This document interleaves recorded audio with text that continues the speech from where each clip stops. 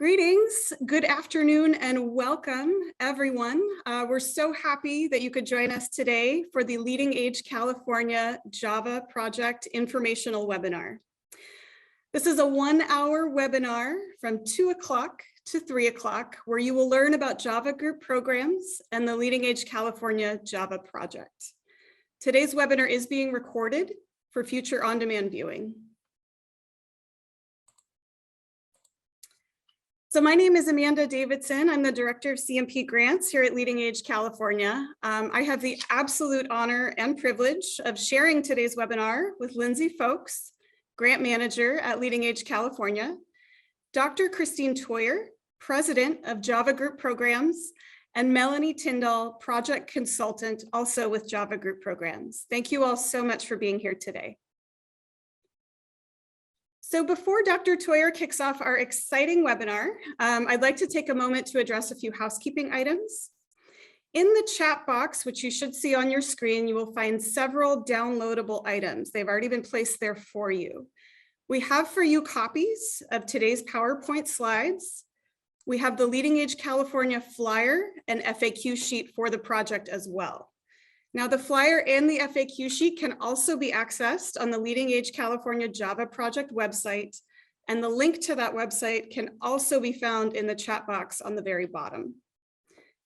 So by the end of this week, we will also have today's webinar recording on the website for your viewing, as well as anyone else who would like to view the webinar. They will be able to find it there also. So as mentioned previously, this is a 1-hour webinar, and we've set aside time at the very end for questions. Now, I would like to stress that you are on mute, but just because we cannot hear you does not mean that we don't want to hear from you. We know that your questions are valid. We know that your questions are insightful. And with upwards of about 40 people on today's webinar, there is a very good chance, I can almost guarantee it, that if you have a question, someone else on this webinar has the very same question that you do.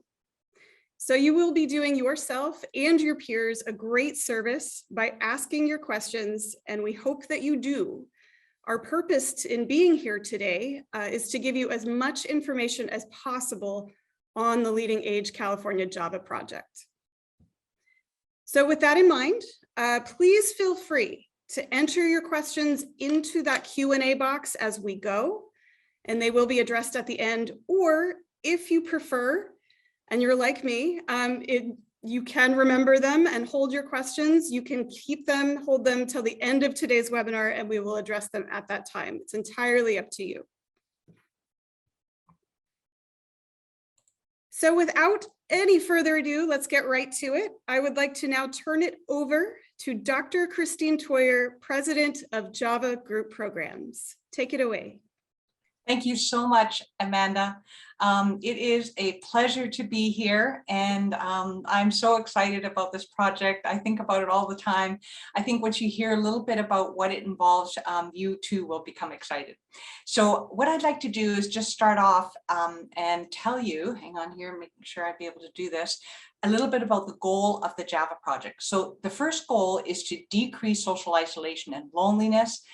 Such an epidemic right now that we have, and to increase happiness, because it isn't just enough to have a decrease of loneliness and depression. You also want, and social isolation. You also want an increase in happiness. And you're going to do this through the implementation of 3 resident peer support and peer mentoring programs. So the first one of these 3 is called the Java Music Club, and that will be implemented in October of 2022. The second program, called Java Memory, and I'm going to describe these programs in more detail, will start in July of 23. So that lots of time in between to get the program going. And then the Java Mentorship, the third program, would start in April of 24. So it's nice and easy, lots of time to get things done, no stress. All of that comes with training webinars and lots of support for you. So I'd like to talk a little bit about the why of Java, why this program is so important. And if you think about loneliness in nursing homes, we knew that loneliness was an epidemic before COVID hit. And here are some of the statistics. If you had to guess, how many residents are lonely in nursing homes, most people tell me that it's about half, 50% or more of residents. But we know even before COVID, take a look at these numbers, 56 to 95%. That means easily every other resident that you pass in the hallway is struggling with loneliness. And those are only the ones, of course, that have reported that. And what we know about loneliness is that you are lonely, you're more likely to become increasingly depressed. If you're chronically lonely, you double your chances of getting cancer. You easily double your chances of getting dementia. If you have dementia already, it increases at a faster rate. People who are lonely fall more often, more likely to have a heart attack. So all of those things. And if you think about why would loneliness have such an impact on our health? And if you think about it, I always like to describe this scenario to kind of help me understand too about this. We know that loneliness is a distressing feeling, but it has an impact on our health because if you think about a herd of elephants, if one elephant gets separated from the herd, then what happens to that elephant is that they become vulnerable to prey. So I don't even want to think about what eats elephants, but lions and tigers, whatever. And so their whole being is telling them, get reconnected to the herd. And the same is for people. When we are separated from our community, we become vulnerable and our immune system goes into a state of emergency. And that makes sense to me. When I heard that story, that made me understand why lonely people get really sick. So what we also know is that all of these things, so the increase in heart disease, early death, all of that leads to increased falls, which leads to increased staff burden, burnout, turnover, and absenteeism. So loneliness and social isolation have a huge cost. So I want to share with you a story about a woman. I'm going to call her Lillian. That's not her real name. She was a resident living in a home with 240 other residents. There's something like 400 staff that worked at this home. And I went to visit her when I was starting my research on the Java programs. And what she said to me was that she was lonely all of the time. And I said, well, what about all these, there's so many people around. What about all the events? Like her social calendar was taped to her wall. She said, oh, those events are beneath me. She didn't want anything to do with them. She was a retired school teacher. And then she said this to me. She said, my room is at the end of the world. And it broke my heart. I knew exactly what she meant. It doesn't matter. You've heard that saying that you can be lonely in a crowd. Well, that is what was happening for Lillian. She was just not connected to anyone in her community. So I've written about this issue in an article called The Need for a Social Revolution, and you can Google this article. It's free to download in the Journal of Aging Studies. And in it, the authors and I talk about this need to overturn this relentless diet that we have of entertainment and distraction. Now, I've been a part of this myself. So, you know what I'm talking about: bingo, bus trips, bowling, movie nights, games. And these are all good things. I like going to a movie too. I just don't want to do it every day. And so while we're entertaining the residents, meanwhile, they're starving for real, meaningful connection. And that comes about through these peer support groups, peer support and peer mentoring, which I'm going to describe to you. So why peer support? Well, peer support, I don't know if you've ever been in a peer support group, but they're really extraordinary. When people get engaged in helping others, in supporting one another, then everything changes. So what happens is that because you're giving more in the peer support group, you get more too. It's that reciprocity starts happening. And so people who participate in a peer support group on a regular basis, they live longer, they're healthier, and they're happier. And there's an abundance of research that shows that.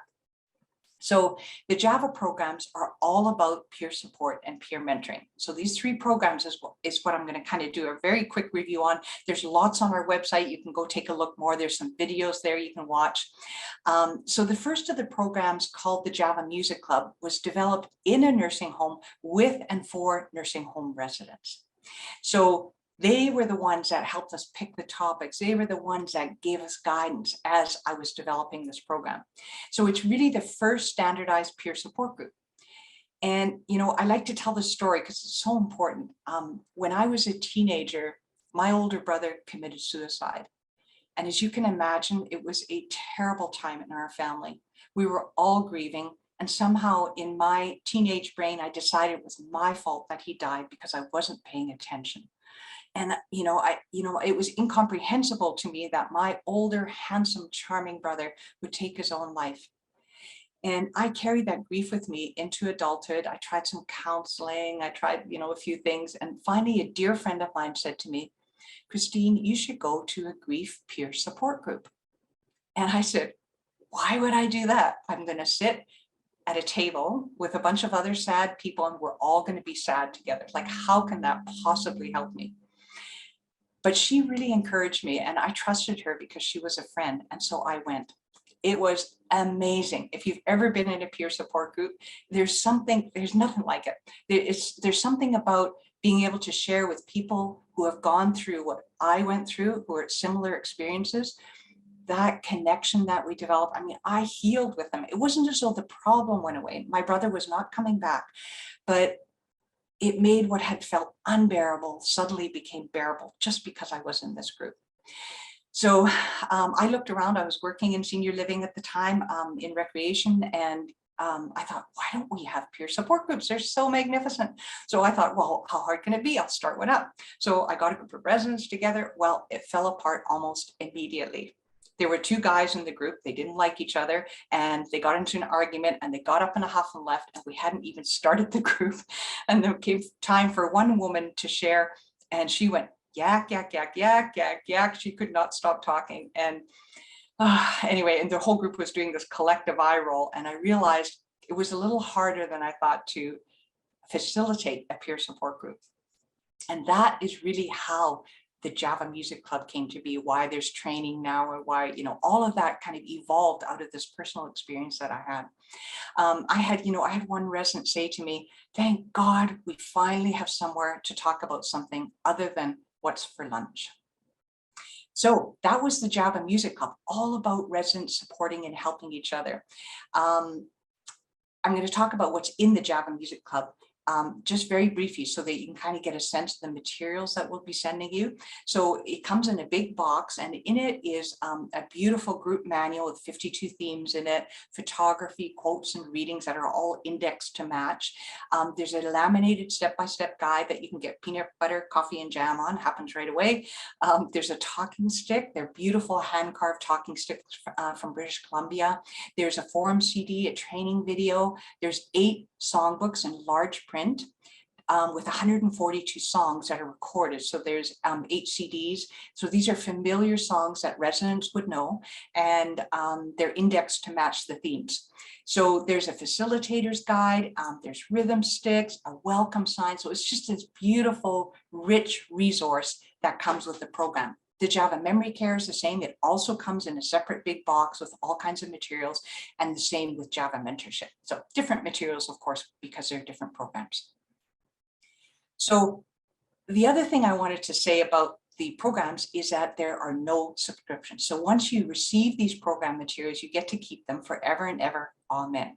So there's no subscription, like after the years are up of this grant, you just keep on going with the programs. You can keep doing them for many years to come. And that's what many homes do. We have some homes that have, like I'm thinking about one home, they have 180 residents. They have 8 Java Music Clubs going every week. They have 3 of the Java Memory Care programs going every week, and then 1 additional one on a separate unit. And then they have 2 mentorship teams, Java Mentorship. So they take these program materials and they just launch these programs. So they have peer support and peer mentoring happening all week long throughout the week. So I wanted to share with you a short video. This is only a couple of minutes long, and it's going to give you kind of a sense of what the Java Music Club in particular is about. So here we go.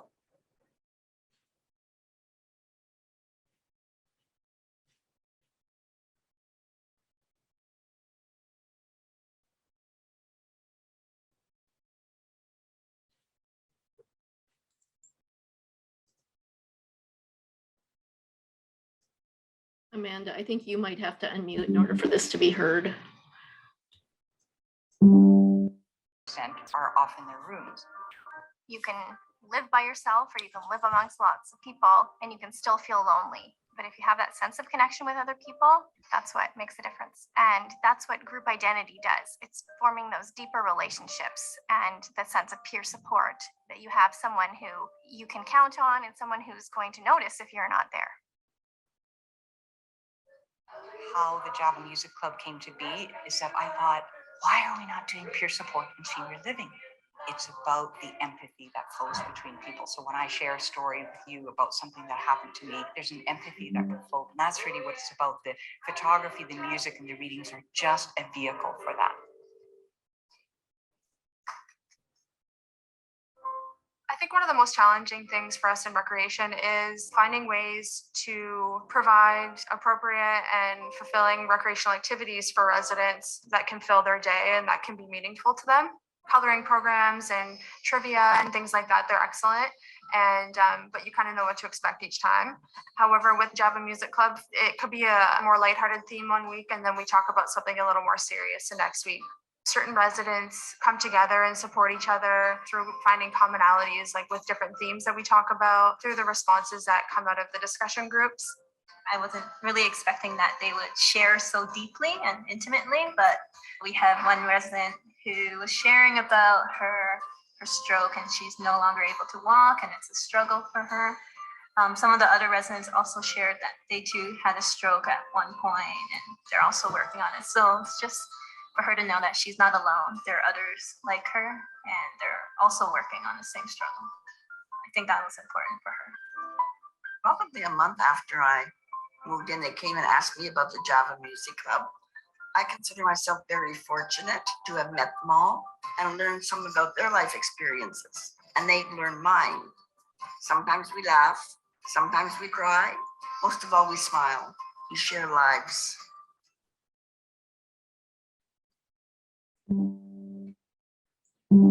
Okay, so let me just see if I can get the slides going. There we go. Okay, so after the Java Music Club program had been going for a while, we had a few hundred homes in the West working on the programs. We found that the facilitators were asking if we could do something like this for people with more advanced dementia. And that is how the second program, the Java Memory Care program, came to be, is that we were looking, how can we engage residents with moderate to late stages of dementia in peer support.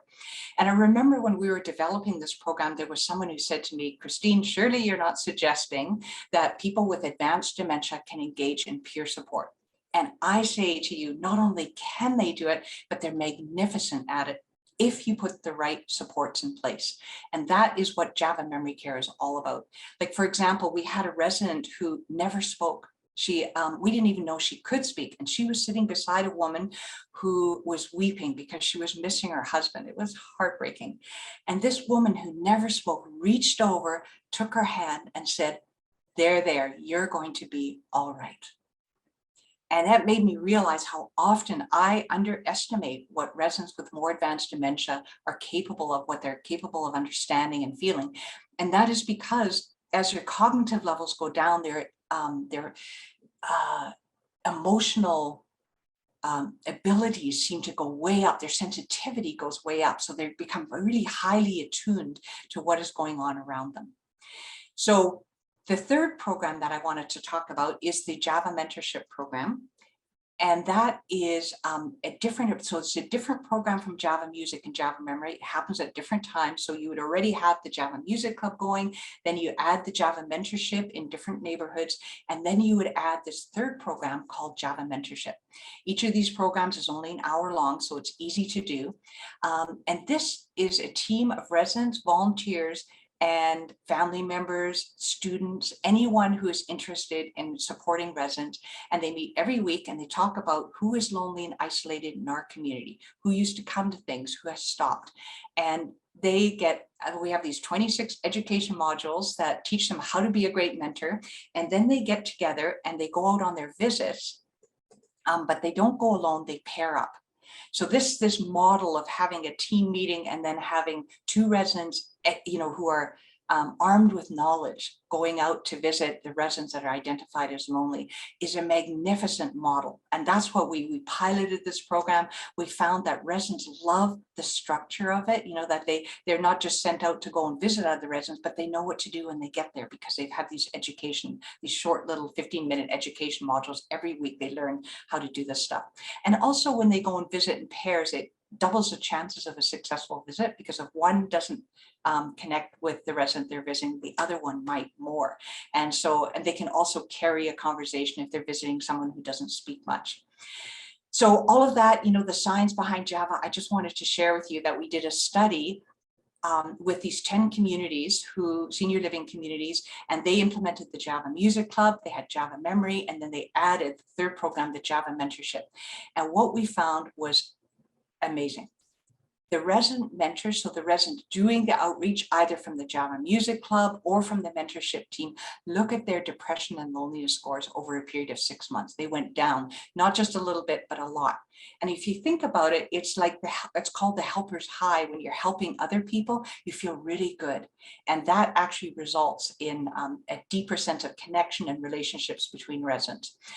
The residents that were being visited by the other residents, we called them visitees. We made that word up, it doesn't actually exist, but look at their depression and loneliness scores too over a period of 6 months. It was really significant. And then last but not least, we saw a 60% increase of residents who stayed isolated in their rooms coming out and coming to programs. Now, I don't know about the homes that you work in, but all the ones that I worked in over the many years I've been in this field, I can tell you there's always the same 30% of residents that come to everything we do. And then there's that other 70% that stay in their room. And I used to worry about those people. I would take them home with me at night. And here I found this incredible increase of residents that always stayed in their rooms coming out and coming to things. So I was like, woohoo. And they told us how much they loved helping each other. You know, this one woman said, I feel like I'm more part of the world now. She said to me that she would try to connect with a resident who lived across the hall, but she just didn't know how to break the ice. And the Java programs made that possible for her. So Lillian, the woman I told you that didn't come to anything, she started receiving visits from these two mentors. They came, knocked on her door, started to come visit her. And remember, it's better if their peers are coming than us, because that's that peer-to-peer support. That's what really has the biggest impact on loneliness and depression. And when I went to see her a few months later, she had joined the mentorship team. She said, it's made my life worthwhile. So she went from being completely socially isolated to being completely engaged and contributing to her community. So Java programs are now in over 1,400 organizations across Canada, and now, of course, in California. I'm so excited that we now have an opportunity for 100 homes to join this movement of adding peer support and peer mentoring to your organization, to the wonderful programs that you already do. So just to tell you a little bit about, each program is only an hour. They're a huge amount of fun. The staff are telling us how much they enjoy it, the residents too. And remember that you don't need to add another program to your busy schedule. You can replace programs. So, you know, if there's a program that isn't having as much benefit, perhaps you can pull that, add Java to it. The trainings are easy peasy. They're only a 1.5 hour training for, and they're via Zoom. So we would set up a time, then you can all log on with your staff and take the trainings, only 1.5 hours for each program. So, now, I'd like to do is pass the baton over to Melanie, and she's going to tell you a little bit about the reporting and how easy it is. Thank you so much, Christine. So nice to go through everything.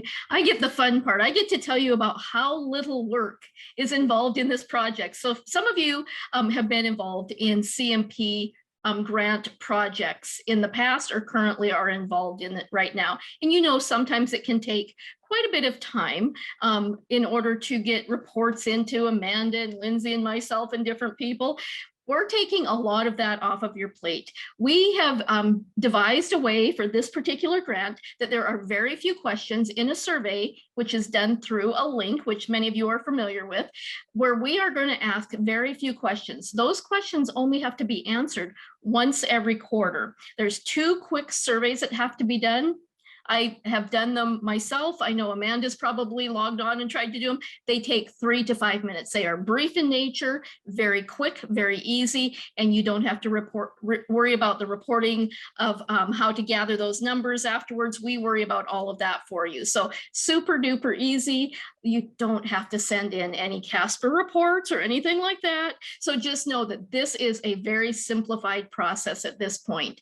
So those surveys done once a quarter, I know on here we put 10 minutes per quarter, it's less than that. So you can tell your administrators who may not be on the call that this is really, really a time saver. And you guys, this program is awesome. When you are a part of it and you start to see it work, it's a really, really wonderful program to have at your disposal. This is just a copy, I'm sorry, this is just our website at Java. And so you can take a picture of that, snap it, but there's plenty more information there. And with that, I'm going to turn it back over to Lindsay.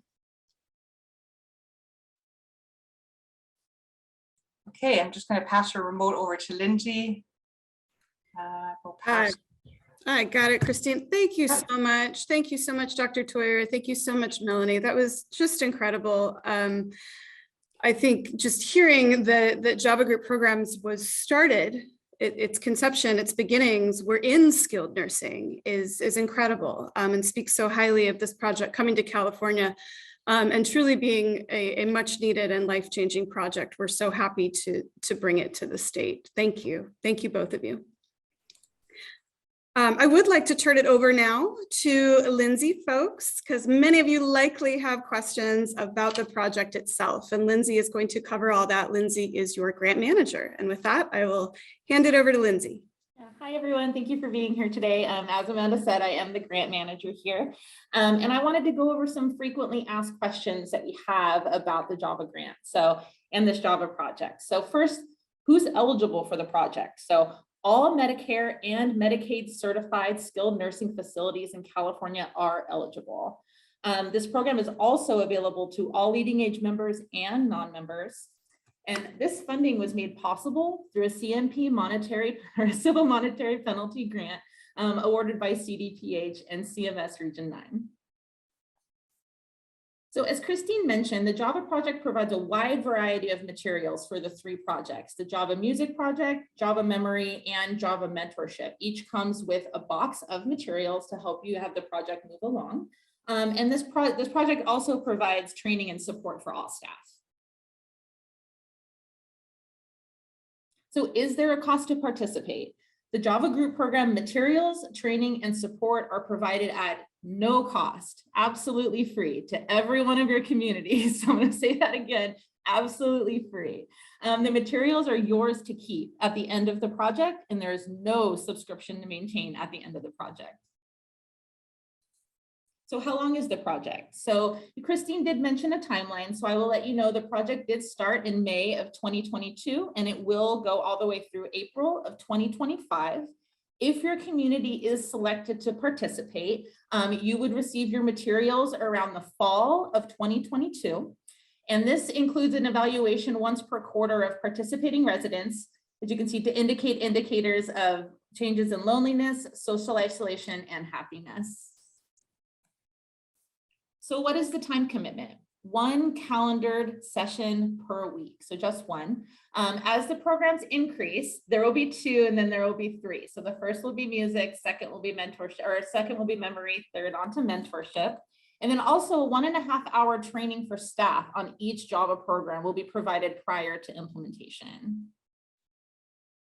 So which staff members need to be involved? We would love all staff members to be involved. They're all encouraged to learn about and be involved in the Java program, but we do want the activities staff to take the lead on this. There will be a 15-minute training video and handout to share with the current and new staff members. This program is incredibly easy to learn. So how will we select the 100 SNFs? So we have a stakeholder group that's going to review all the applications that we receive. Examples of some of the criteria could include the following: geographic location, number of SNF beds and staff, Medicare and or Medicaid certified, ownership information if you're for-profit, nonprofit, et cetera, and also if you've participated in a current CMP grant. So just final thoughts. So at its core, the Java project offers skilled nursing facilities a no-cost solution to loneliness and social isolation. Support and assistance from LeadingAge California and Java group programs is available to you throughout the duration of the project. Lindsay, thank you so much. You covered some really good territory there. And I know those are all very frequently asked questions that we receive on any CMP grant. So thank you for that. That was very comprehensive and very thorough. We have just slammed right through these 30 minutes. So we have lots of time for questions. And I hope that you have lots of questions to ask us, because again, that is why we're here, to help you make an educated and informed decision about your participation, your community's participation in the LeadingAge California Java Project. So we're going to open it up for questions. Again, please go ahead and enter them into the Q&A box. You can enter them there and then we will answer them. We certainly hope that you're excited and we hope that you're interested in joining the project. So your very first question might be, how do we apply? It's a great question. Well, you can certainly use your smartphone to scan this QR code if you'd like. It's on your screen here, and it will take you to an 11-question project application. It's very, very short, very easy to complete. Or if you would prefer, you can certainly follow the link on the screen on the bottom there to the LeadingAge California Java Project website, and you can complete the application there. Whichever you would prefer, certainly feel free to do so. But at this time, what I'd like to do is open it up for questions and ask you, what questions do you have for either Java group programs or LeadingAge California that we can better answer today? Amanda, could I just interject something really quickly? Absolutely. One of the nice things about this particular grant is the fact that we have the ability that Lindsay and Amanda and myself are able to come to the buildings from time to time throughout the course of this grant. And what an opportunity for us to get to meet you and learn how the program is working, to provide just a little bit extra support. And so just know that you are not being handed a program post-training, you know, an hour and a half of training, and then you're kind of let loose, so to speak. We are here to support you fully. And part of that support includes us being able to come to your buildings. So we're just looking forward to that. I am looking forward to that, and just meeting each of you that choose to participate. Yeah, and while people are thinking of questions, I just wanted to say, you know, one of the questions that I often get is that people say to me, why is it called Java? Like, what's Java, you know?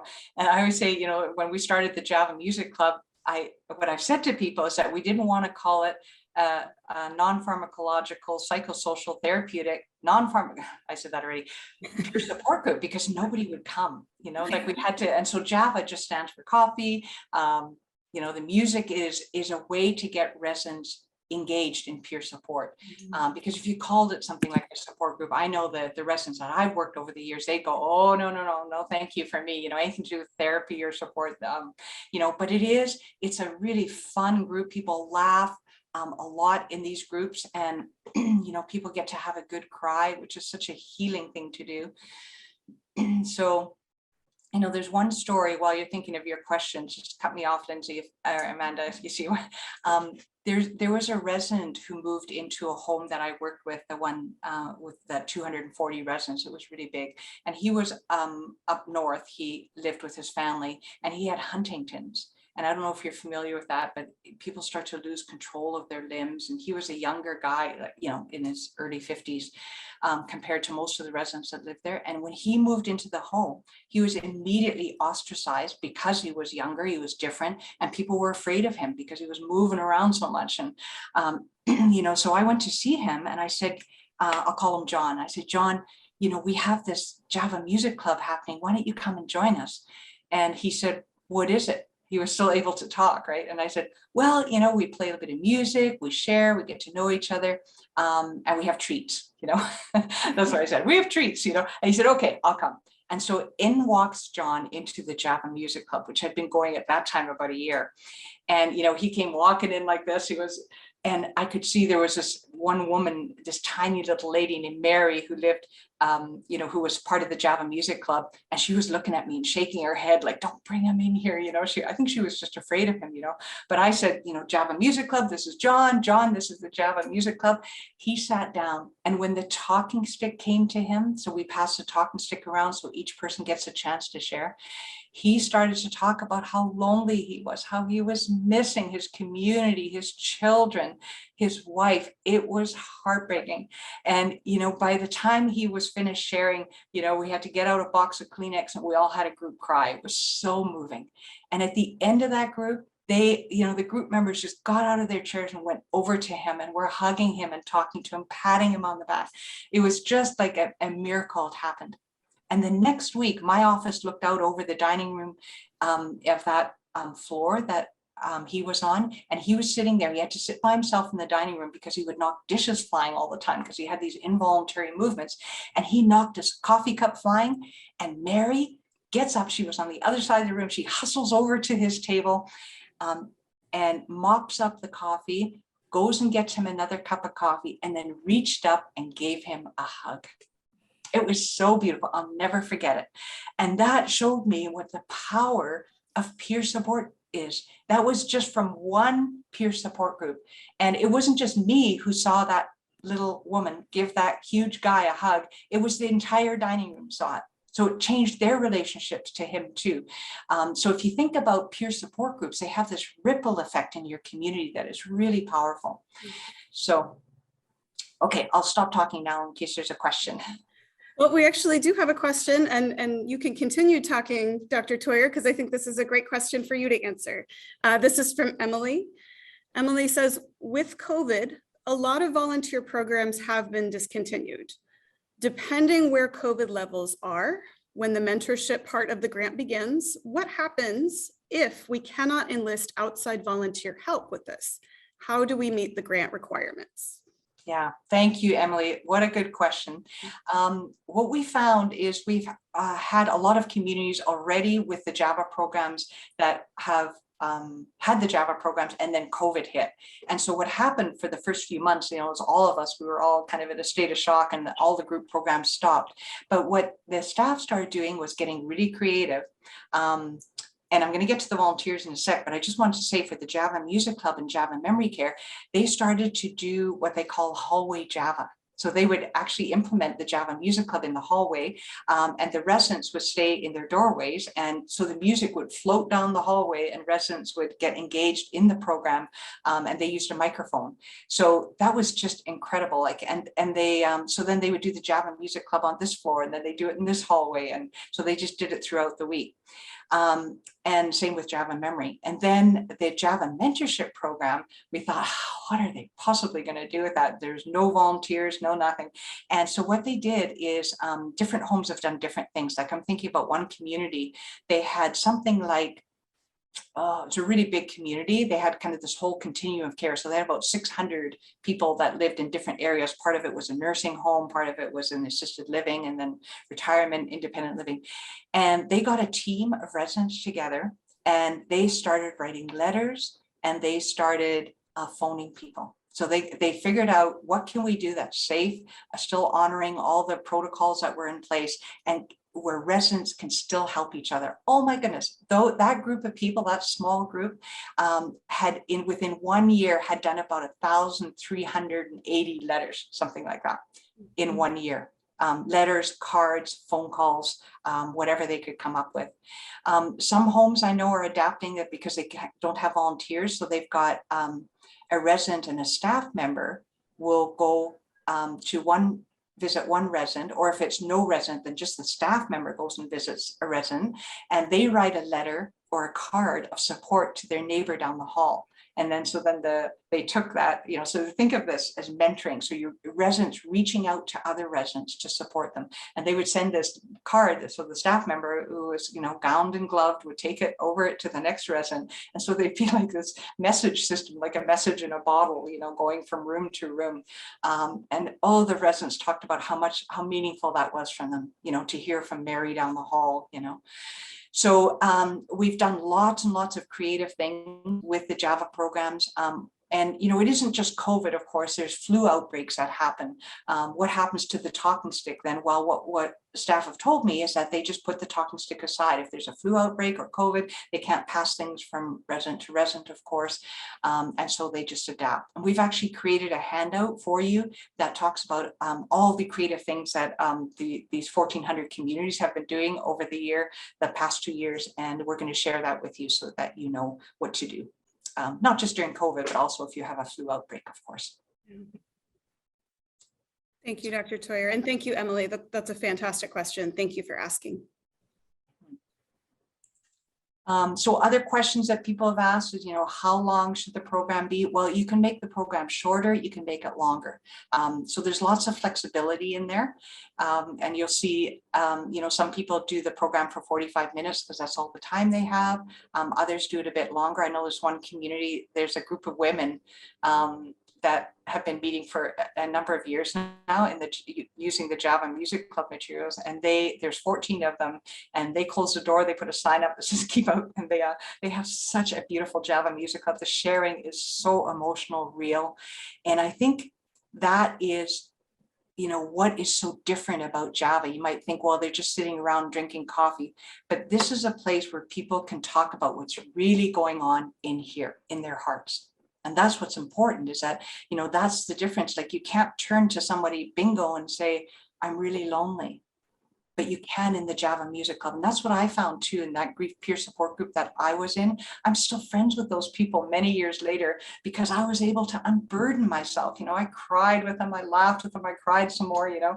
And as a facilitator of the Java programs, I find I often get really emotional too, you know, so I cry a bit myself. And I think to say to facilitators, this is a gift that you give people. When you become vulnerable yourself, you give them permission to do the same thing. And so that's some of the things that we cover in the training. Thank you, Dr. Toyer. Melanie, this might be a good question for you. I'm going to read it out loud. This is from Stacy. Stacy asks, can this program be incorporated into the IN2L program as an additional feature? So one of the things about different types of products and different types of programs, as you all know, is each has proprietary content. IN2L, I'm very familiar with the product, is proprietary. This does not have an overlay that goes into IN2L. Here's the beauty of everything going on here. Java is not, there's no piece of equipment that you have to bring to your resident in order to have them enjoy it. You can do this with the chimes, the music that's played, etc. So there's nothing electronic that you have to use.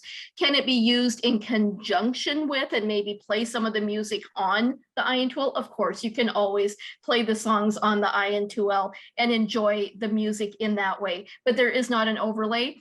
The really nice part about this is a mobile thing that can be taken anywhere in your building to different areas, and you don't have to worry about connectivity. So there's a positive for this.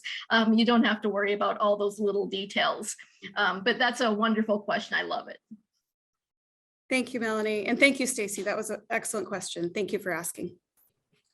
Yeah, you can see when you go onto the website, you'll see that we're in the process of developing an online version of virtual Java programs, and that is being piloted right now, so it's super exciting. That's all coming down the pike later on, so that is a way that you can do a virtual version of the Java program with prospective residents that might be moving into their community. So your residents could have a Java Music Club going, and then other people can be piped in. So we're working on all kinds of exciting things right now that are just being researched and developed. So more to come on that. And Dr. Toy, remind me again the website for Java group programs, and I'll type it into the chat for everyone. Right, thank you. So the website is javagp.com. So javagp.com. Yeah, there it is right there in the chat window. So take a look, there's videos on there. It gives you kind of like a real sense of what the Java programs are, and gives you a better idea of what you'll be doing. But And you can also hear from other people who are doing the Java programs, how excited they are about it, how much they love it. And, you know, having myself facilitated a few thousand Java programs, I can tell you that every one of them to me is meaningful. Like everyone is different. You know, you have this beautiful, rich resource of 52 themes to look at, so you don't have to go out looking for stuff. It's all there. Like each theme has a large size photograph. Each theme has music index to match. We also provide an MP3 file of the 142 songs. So if you want, you can either use the CDs, or you can play the songs from your iPhone or from an MP3 player if you have that. So there's lots of options there to make it easier to find the songs. Yeah. Can I just say too, I mean, for you, those of you that are thinking about this, you've got 4 people here that are here to back and support you. And for Dr. Toyer and myself, we come out of the industry. So we have worked in these buildings and we understand. And so we want to see success, and we want to be there to support you to success. And so through that, you have, and those of you who know me, some of you do, you know that I'm as close as a phone call or an email, as are the other 3 ladies that are on this call. And we really mean that from the bottom of our heart. You are not left alone. We are here to support you completely. And when questions come up and things like COVID rears its ugly head, we're here to solve those problems with you, right alongside you. It's not something that you have to figure out and plan on your own. We're here to be that support network for you. Beautifully said. Thank you, Melanie. Agreed. Any other questions we can answer? Now is certainly the time. If not, we are more than happy to give you 15 minutes back.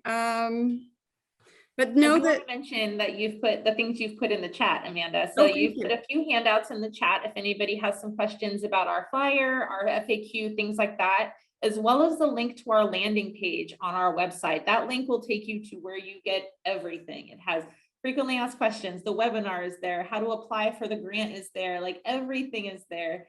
So please don't hesitate to check out the website, click through and see. And if you have any questions, please reach out. Absolutely. Thank you, Lindsay. And with that, who do they reach out to? They reach out to me. Thank you. Thank you. Oh, it looks like there's another question really quick. Oh, another question from Emily. I'm sorry if this was already said, but when is the cutoff date for applying for the project? There is none currently, but I would recommend applying as soon as possible. As Lindsay had mentioned, if you are accepted into the project, you will receive the training and materials as early as the fall. So you'll definitely want to get your application in well in advance of that. So I would say if you're interested, certainly apply it sooner than later. Yeah, and just to say, you know, for those of you who might be, you know, feel, oh, I don't know about applying for a grant. What if I don't get it? You know, I've applied for lots of grants and some I got, some I didn't get. But if you don't try, you never know, right? And I think the chances of you getting this grant are very high. So I just really encourage you, don't let the fact that there's an application involved, you know, to hold you back. It's so easy to apply, right? There's just a few questions that you have to answer. And and I think you'll be really happy that you did. Yeah, and I'll just reiterate that it is a very easy application. It is only 11 questions. I think it's estimated to take you about 5 minutes to complete. So it's not extensive by any means. And that is designed on purpose. We know that you're busy. So it's not an extensive application. And yes, Dr. Toyer, your chances of participating in this project are very good. What we seek is to include a large, diverse group of California skilled nursing facilities. So we certainly want up to 100 communities participating, and we want them all over California, varying sizes, demographics, et cetera. We do have a question from Michelle who says, when would we be notified if we were approved for the grant? To this, I would also say the summer. We have a stakeholder group that reviews our applications and they meet once a month. So the next time that they meet will be in July. So you could anticipate being accepted into the project in late summer, and then again, receiving the training and materials in fall of 2022. Lindsay, anything I'm forgetting there? No, I think that's it. Yeah, I mean, our stakeholder group will meet next month, and so we'll make sure, you know, we'll go through the applications and we'll notify everybody as soon as we possibly can that whether, you know, their exception to the grant. And again, if you have any questions at all, here's your contact information. If you have any, yeah, thank you again, everybody who came to this webinar today. It's been really nice to go over this project. We're all very excited to implement this at LeadingAge. And yes, if you have any questions, please reach out to me. My email and my phone number are both on the screen. The website that the landing page that I spoke of is also on the screen, but it's also in the chat if you just want to click on it. But yes, I'm really happy that we got to have this. And if anybody has any questions, please let me know. And there's no silly questions. No silly questions. Ask me anything. All right, well, we'll wrap up for the day. I just want to say thank you so much to our wonderful panelists. And of course, thank you to you as an attendee. Hope you have a wonderful rest of your day. Thank you. Bye, everyone. Everyone.